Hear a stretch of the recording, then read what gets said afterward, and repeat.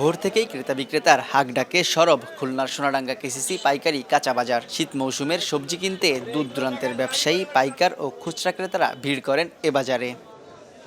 তবে স্বাভাবিক সময়ের চেয়ে বিপরীত চিত্র বাজারের। প্রকারভেদে প্রতি কেজি সবজিতে দাম কমেছে ২ থেকে ১০ টাকা পর্যন্ত। এতে সাধারণ ক্রেতারা স্বস্তিতে থাকলেও চিন্তার ভাঁজ কৃষক ও ব্যবসায়ীদের কপালে। উৎপাদিত সবজির পরিবহন খরচও উঠছে না বলে দাবি তাদের। যে দাম তাতে সাধারণ মানুষের ক্রয়ের মধ্যে আছে আর কি। সবকিছু 10 টাকা, 12 টাকা, 15 টাকা এরকম দাম সব তরকারির। অন্যান্য বাজার থেকে এখানে পাইকারি বিক্রি হয়, এই জন্য সবাই এই জায়গায় আসে। বৃষ্টি হয় নাই, ক্ষেত মার যায় নাই, ফসলটা ভালো উৎপাদন হয়েছে, তার জন্য দাম কম। কৃষক ন্যায্য মূল্য পাচ্ছে না, যার কারণে ক্ষতিগ্রস্ত হচ্ছে। এই জন্য এত তরকারি আসা বন্ধ হয়ে যাচ্ছে আস্তে আস্তে। এত কমে গেছে যে এতে কৃষক বেশি থাকে না, এর পরবর্তী পর্যায়ে খুব খারাপ হবে আর কি।